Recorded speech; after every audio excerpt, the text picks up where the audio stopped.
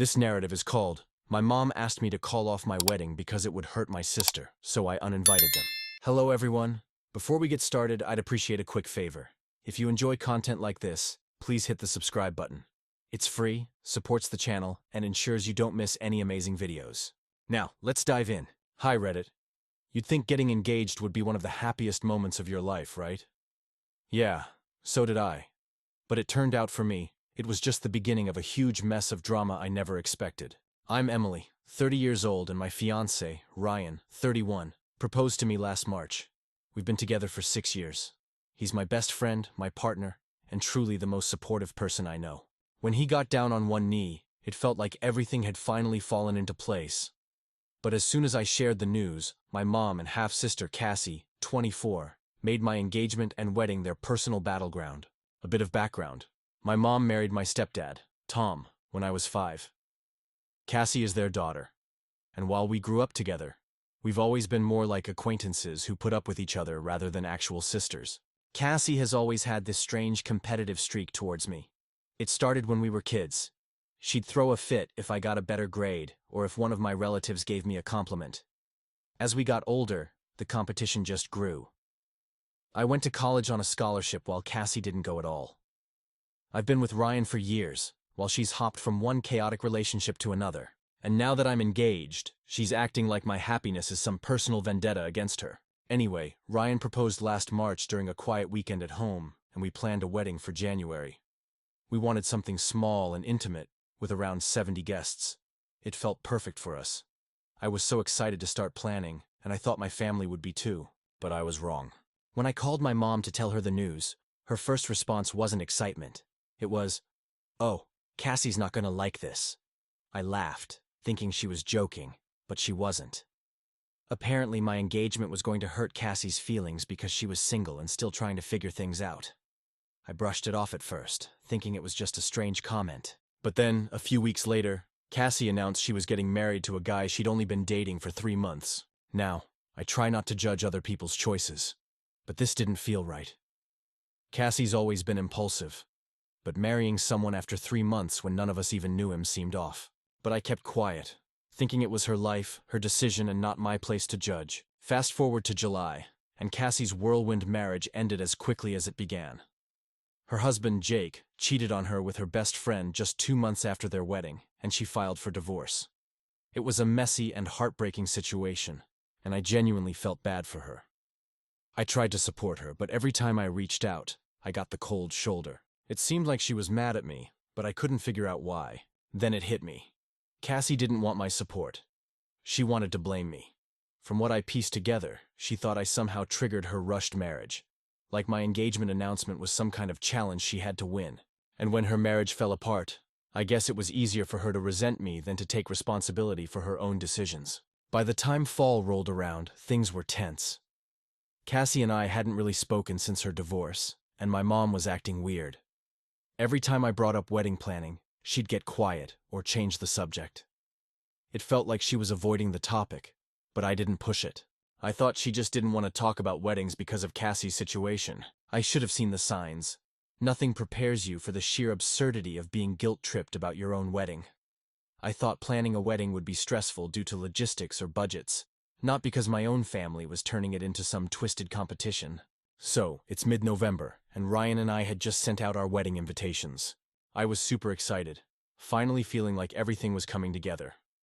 That excitement didn't last long, though, because 2 days later, I got a call from my mom. I remember thinking it was odd because she rarely calls me. She's more of a text once-a-month person.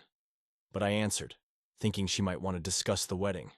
I should have known better. The conversation started normally. She asked how I was doing, how Ryan was, and then casually slipped in, "So, you're really going through with the wedding?" At first, I thought she was just confirming the date or something. I said, "Yeah, of course, everything's set. We've booked the venue, caterer, flowers, most of it's already paid for." That's when she sighed. Not a normal sigh, but a loud, exaggerated, dramatic sigh that practically screamed, "You're about to ruin someone's life," she said, dragging the words out like she was about to drop some earth-shattering wisdom. I've been thinking about Cassie, and I really think you should reconsider. I paused, genuinely confused. Reconsider what? She hesitated, like she was preparing for a speech. I just don't think it's a good time for a wedding, Emily. Cassie's still so heartbroken from the divorce. Having a big celebration like this so soon after everything she's been through feels a little insensitive. I honestly thought I misheard her.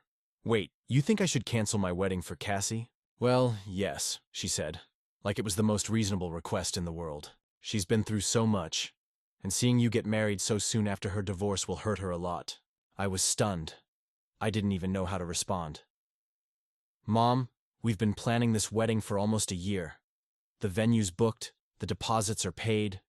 How can you ask me to just cancel it? She didn't miss a beat. You could always do something small, like a church ceremony with just immediate family. That way you still get married, but it's not such a big production. Flaunting it? I couldn't believe what I was hearing. Mom, this isn't about flaunting anything. It's about celebrating my relationship with Ryan. We've been together for 6 years. This is our day. She sighed again, heavier this time. I just think if you really loved your sister, you'd do this for her. She needs time to heal, and a big wedding is going to make things worse for her. At this point, I was furious, but I tried to stay calm. Mom, I get that Cassie's going through a rough time, but this has nothing to do with her. Ryan and I have been planning this for so long. It's not fair to ask us to change everything because of her choices. She didn't like that. Her choices, Emily? She didn't choose for her husband to cheat on her. She didn't choose for her life to fall apart. Yeah, but she did choose to marry a guy she barely knew after 3 months. That was the wrong thing to say. Mom completely lost it, accusing me of being cruel and selfish, of not understanding what Cassie had been through. She even threw in the classic, "I thought I raised you better than this." At that point, I couldn't handle it anymore. Mom, I'm not canceling my wedding. End of discussion. I hung up, shaking with anger. I immediately called Ryan and told him everything. He was just as confused as I was. Who asks their own daughter to cancel her wedding for someone else's divorce? He said. I wish I could say that was the end of it, but of course it wasn't over. Over the next few weeks, my mom kept pressuring me to cancel or downsize the wedding. She'd call me every few days with variations of the same argument. Cassie's heartbroken. You're being insensitive. A small wedding would mean so much to the family. At one point, she even tried to get Ryan on her side. She called him directly, saying, "You're such a thoughtful person, Ryan. I know you'll understand why this is important for Cassie." Luckily, he shut that down, immediately informing her that we were sticking with our original plans. But then Cassie got involved. She began texting me with passive-aggressive remarks like, "Must be nice to have everything go perfectly for you," and "Don't you think it's a bit soon for a big celebration?" She even brought up the date, asking, "January feels like such a strange time for a wedding. Are you sure you didn't pick it just to rub it in my face?" Rub it in her face? I couldn't believe the audacity. I tried ignoring her at first, but she just escalated. She began calling me, leaving long, guilt-laden voicemails about how hard it was for her to even think about weddings, and how my insensitivity was making her healing process even harder. The worst part was how my mom and Cassie seemed to feed off one another. Mom would call and say things like, "Cassie was crying all night thinking about your wedding," and then Cassie would text me the next day saying, "Mom's so upset about how you're handling this." It was exhausting. I was at my breaking point. I couldn't believe how far they were willing to go to make my wedding about them. I knew I had to set boundaries, but I wasn't sure how yet. That was the moment I realized just how toxic their behavior was. This wasn't about Cassie's divorce or her feelings. It was about control. They wanted me to put my life on hold to cater to their insecurities, and I was done letting them dictate my happiness. By December, things had completely spiraled out of control. Cassie was no longer content to sulk privately or send passive-aggressive texts. She was now actively trying to drag my name through the mud with anyone who would listen. Honestly, I was getting whiplash trying to keep up with all her stunts. It started small. I heard from my cousin Megan, bless her for being the family informant, that Cassie had been calling relatives to warn them about me. According to her, I was flaunting my wedding in her face to humiliate her. She even claimed I had deliberately chosen January, knowing it would be too soon after her divorce for her to emotionally handle it. I couldn't wrap my head around the logic. My engagement had been set months before she even got married, let alone divorced. How on earth was I supposed to predict her life would fall apart when I was sending out save the dates? But logic doesn't seem to matter much when someone is determined to play the victim. Her stories got more dramatic with each retelling. Megan told me that Cassie was saying things like, "Emily always thinks she's better than me. She's just rubbing her perfect little life in my face because she knows I'm struggling." The worst part? Some family members actually bought into her narrative. My mom, of course, was her biggest cheerleader. She started calling me almost daily, asking if I had reconsidered canceling or scaling back the wedding. "Cassie's still so fragile," she'd say. "She cried all night after seeing your wedding invitations. You really don't need a big event. Can't you just do something simple?" I stood firm every single time, but it was exhausting. The real breaking point came at a family gathering on Christmas. Ryan and I had been invited to a dinner at my aunt's house, and I thought it would be a nice way to decompress after all the wedding stress. Of course, Cassie and Mom were there too, which should have been my first red flag. Things were tense from the start. Cassie barely acknowledged me, but every time I mentioned the wedding, she'd huff or roll her eyes. At one point, I was chatting with my aunt about flowers, and Cassie loudly muttered, "Must be nice to waste so much money on a party when some people can barely pick up the pieces of their lives." I ignored her, but it was obvious she wanted a reaction. Eventually, the conversation shifted, and I started to relax a bit. That is, until Cassie suddenly burst into tears in the middle of the living room. She was sobbing, shaking her head and muttering, "I can't believe how cruel people can be." Everyone froze. My aunt rushed over to comfort her, asking what was wrong. That's when Cassie launched into her performance. "It's just so hard," she said through her tears. "I've been through so much this year, and now I have to sit here and listen to Em talk about her perfect wedding like nothing else matters. She knows how much pain I'm in, but she doesn't care." My mom immediately chimed in, rubbing Cassie's back like she was the victim of some terrible injustice. "She's right, Emily. You need to be more considerate. You have no idea how hard this has been for her." That's when I lost it. I had been holding my tongue for weeks, but I couldn't take it anymore. "This wedding has nothing to do with Cassie," I said, trying to stay calm. "Ryan and I have been planning this for a year. If she's upset, that's not my fault. Maybe she should take some responsibility for rushing into a bad marriage instead of blaming me for her problems." The room went dead silent. My aunt looked like she wanted to disappear into the couch, and Cassie's tears immediately turned to rage. "How dare you?" she snapped. "You don't know what it's like to have your life fall apart. You've had everything handed to you. Your scholarship, your boyfriend, your perfect little life. You've never had to struggle for anything." I stood up, shaking with anger.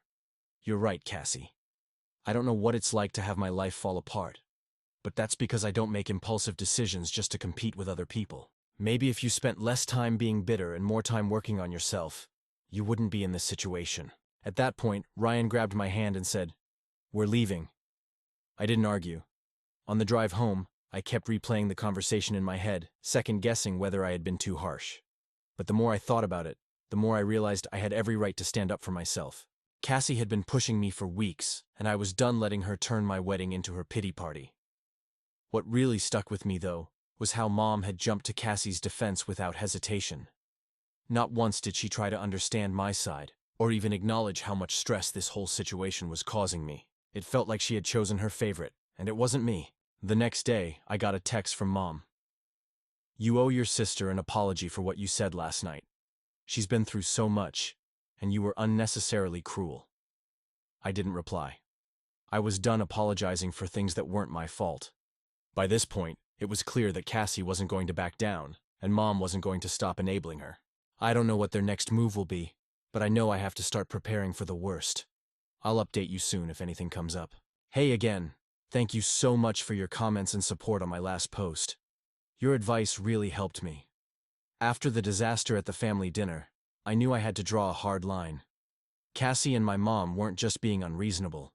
They were actively trying to sabotage my happiness.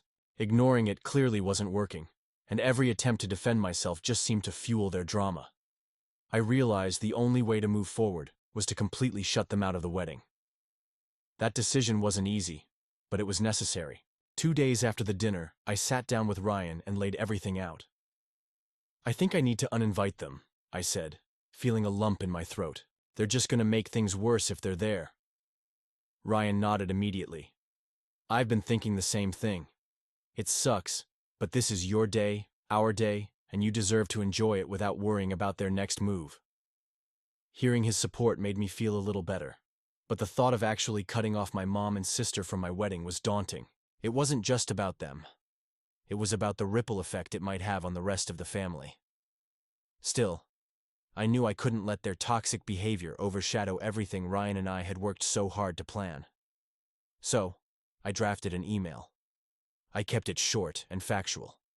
I explained that their actions over the past few months, spreading rumors, guilt-tripping me, and creating unnecessary drama, had made it clear they weren't supportive of my wedding.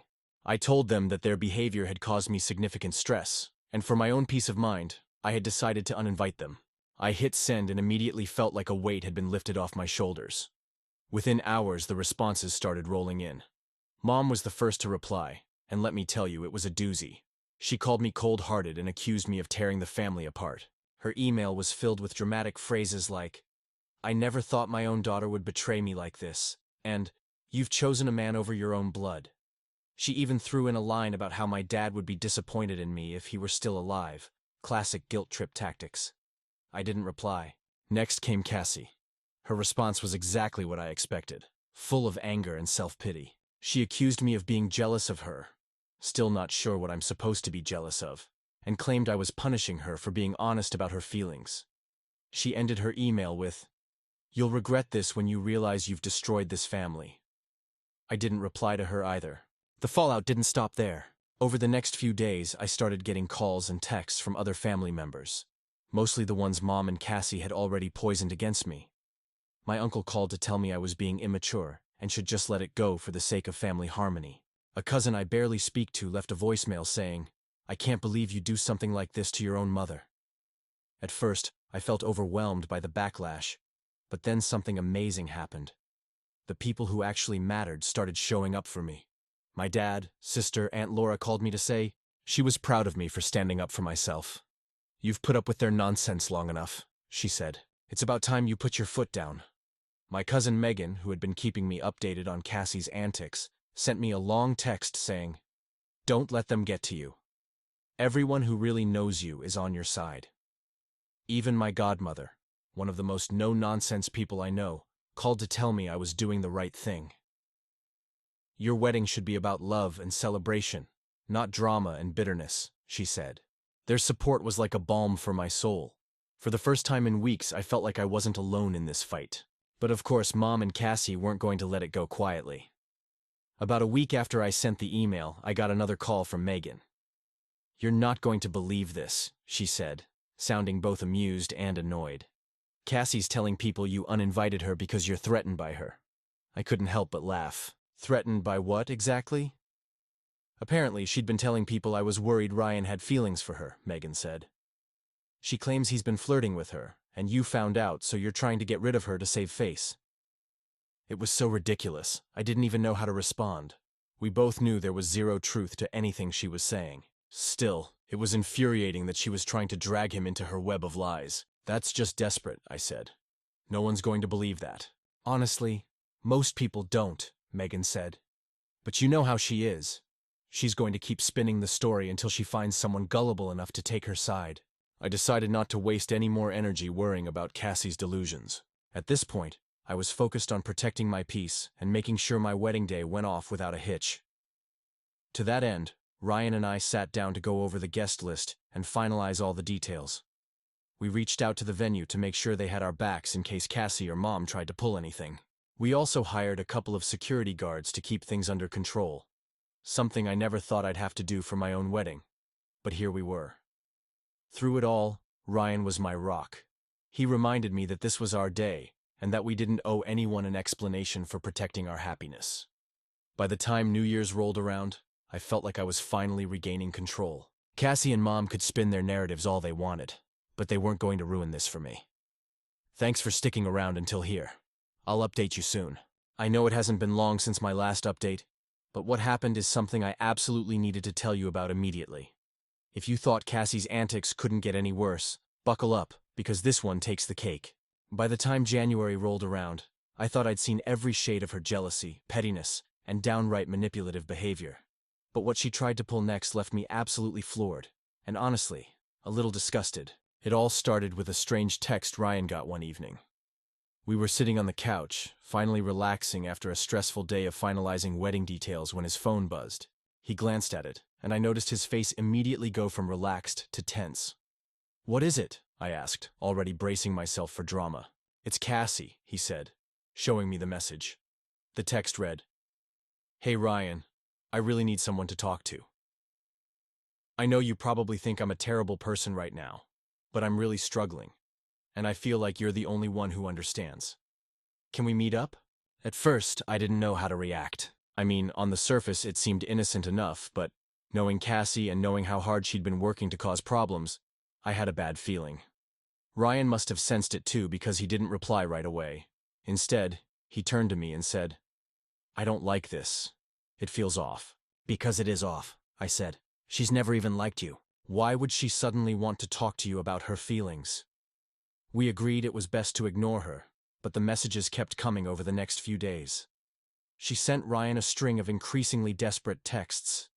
She talked about how lonely she felt, how she had no one else to turn to, and how much she appreciated his kindness during such a difficult time. Let me remind you, Ryan had never had any kind of meaningful conversation with Cassie. He'd always been polite to her, of course, but they weren't close by any stretch of the imagination.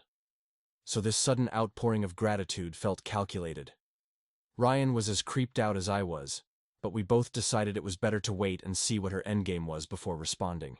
Sure enough, it didn't take long for her true intentions to come to light.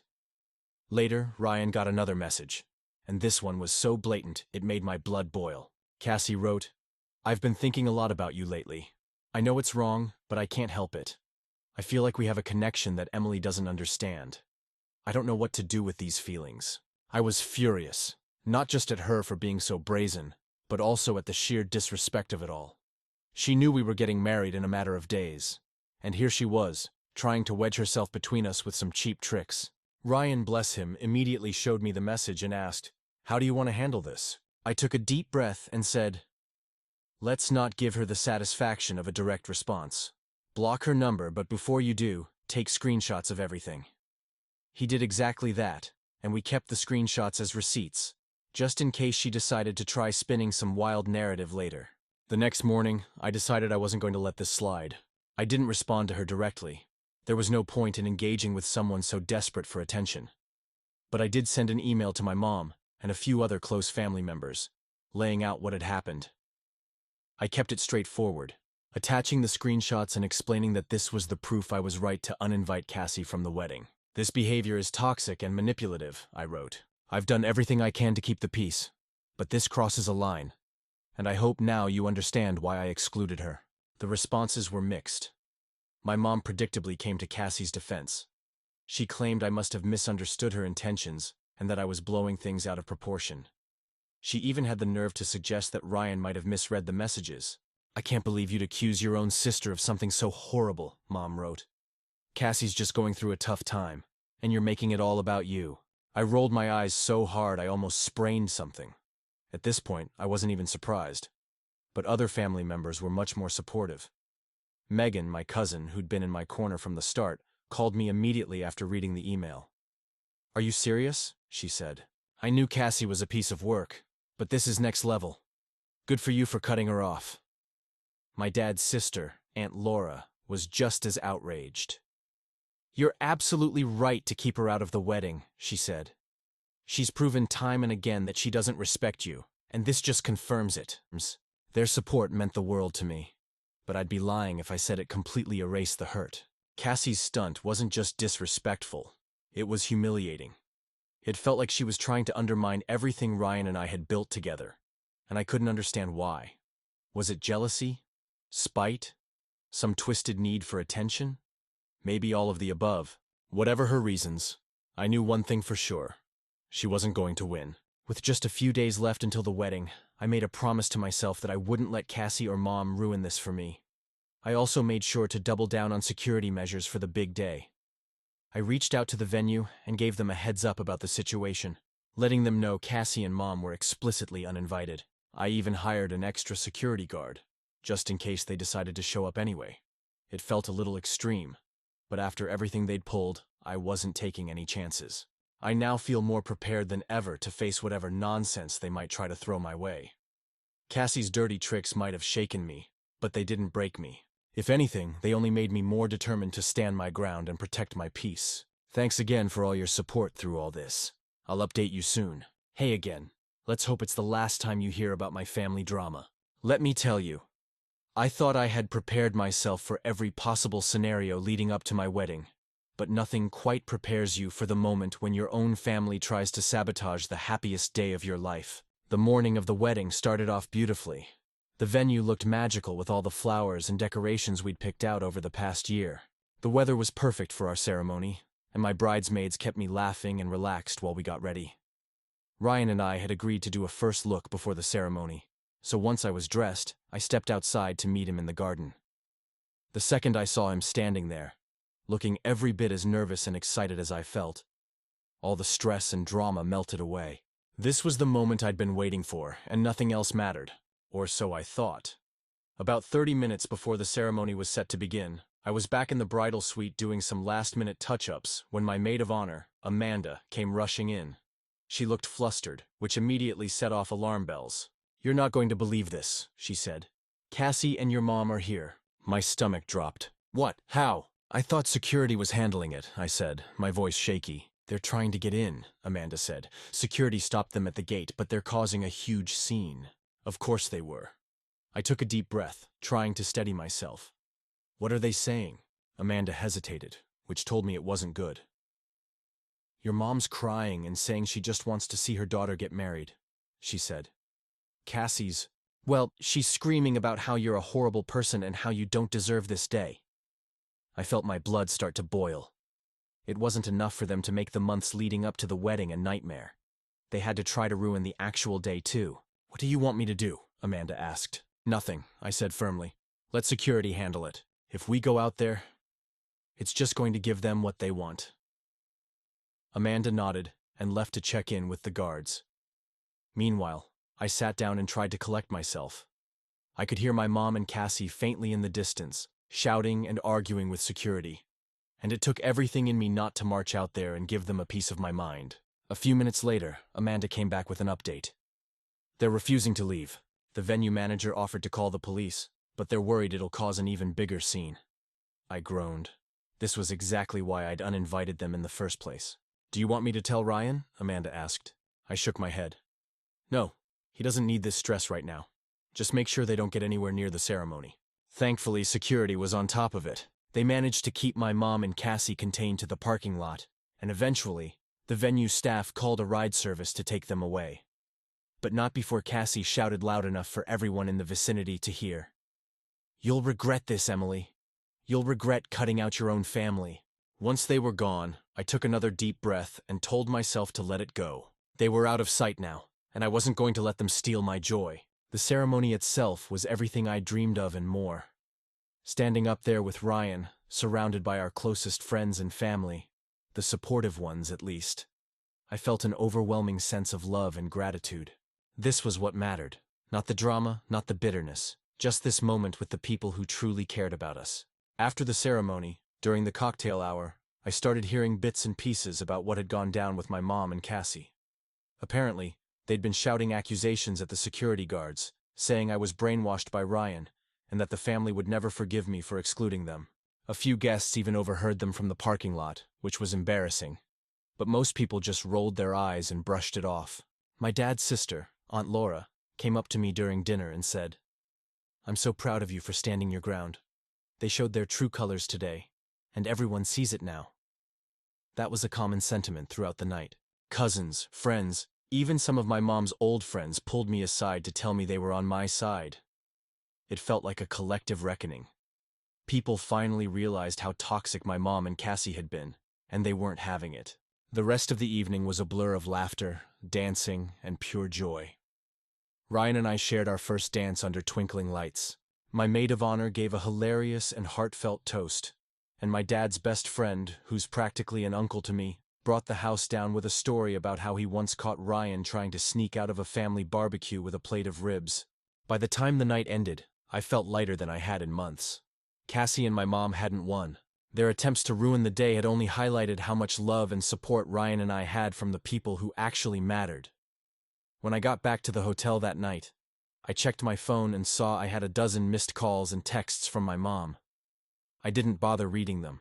I was done letting her or Cassie take up space in my life. Cutting them out completely was one of the hardest decisions I've ever had to make, but standing there with Ryan, surrounded by people who genuinely cared about us, I knew it was the right one. Thanks again for sharing your thoughts with me throughout this mess. I really do appreciate it.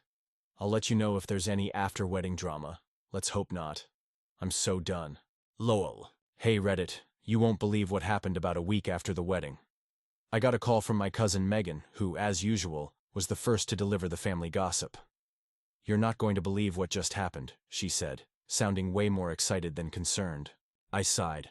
What now? Cassie and your mom had a huge fight, Megan said. Like, epic-level fight, and get this. Your mom kicked her out of the house. I almost dropped my phone. Wait, what? What happened? Megan was more than happy to fill me in. Apparently, after the wedding, Cassie had been sulking around my mom's house, stewing over the fact that her grand plan to ruin my day had failed. According to Megan, she was blaming everyone. Me, Ryan, the security guards, even some random cousin who apparently didn't try hard enough to stop me. The real explosion happened when she turned on my mom. Cassie accused her of not doing enough to stop the wedding. She started screaming about how it was Mom's fault that I'd gone through with it, and that Mom should have been more forceful in convincing me to cancel. Mom, who has always coddled Cassie no matter how ridiculous she's been, finally hit her breaking point, Megan said. Mom yelled back, telling Cassie she was tired of the drama and that Cassie was an adult who needed to take responsibility for her own life. Cassie didn't take that well. She apparently went on a full-blown rant, accusing Mom of failing her as a parent and choosing me over her. It got so bad that Mom finally told her to pack her things and leave. When Megan told me all this, I couldn't help but laugh. Not because I thought it was funny, but because of the sheer irony of it. After months of Mom defending Cassie and taking her side, it all came back to bite her. She really kicked her out? I asked, still trying to process it. Yep, Megan said. Cassie's staying with a friend for now, but I wouldn't be surprised if she comes crawling back in a few weeks. The whole situation felt like karma in action. In the end, their toxicity turned inward, and they ended up taking it out on each other. I wish I could say I felt bad for either of them, but honestly, I didn't. After everything they put me through, it felt like poetic justice. As for me, I'm done with both of them. I've blocked their numbers, muted them on social media, and made it clear to the rest of the family that I'm not interested in hearing about their latest antics. Ryan and I are focusing on starting this new chapter of our lives together, and I couldn't be happier. Thanks for reading, and to everyone who supported me throughout this madness. Whether it was a kind comment or a message of encouragement, thank you. You helped me stay strong when it mattered most.